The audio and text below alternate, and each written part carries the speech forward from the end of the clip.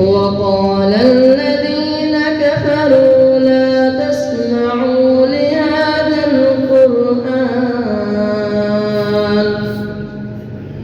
لا تسمعوا لهذا القرآن والغوا فيه لعلكم تغلبون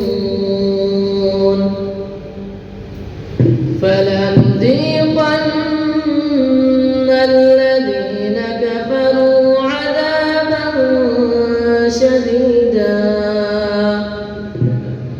عذابا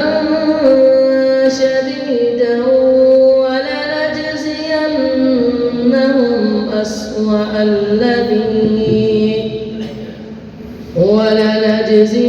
ولنجزينهم أسوأ الذي كانوا يعملون ذلك جزاء أعداء الله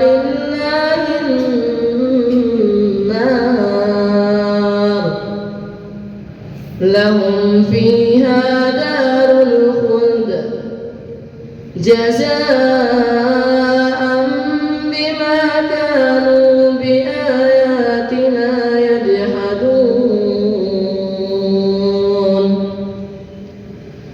وقال الذين كفروا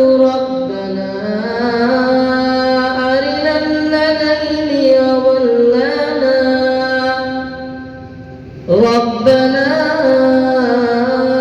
أرنا الذين أضلانا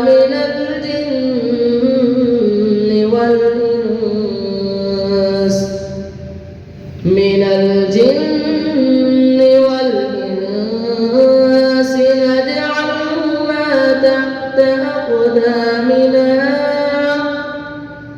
تحت أقدامنا ليكونا من الأسفلين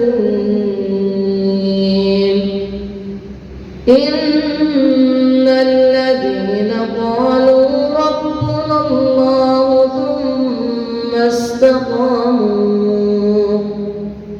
ثم استقاموا تتنزل عليهم الملائكة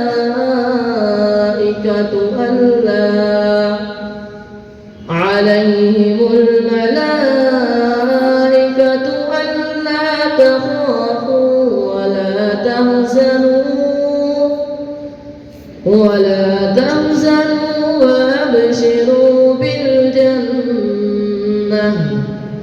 وأبشروا بالجنة التي كنتم توعدون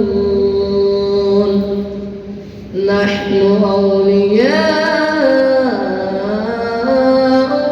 في الحياة الدنيا وفي الآخرة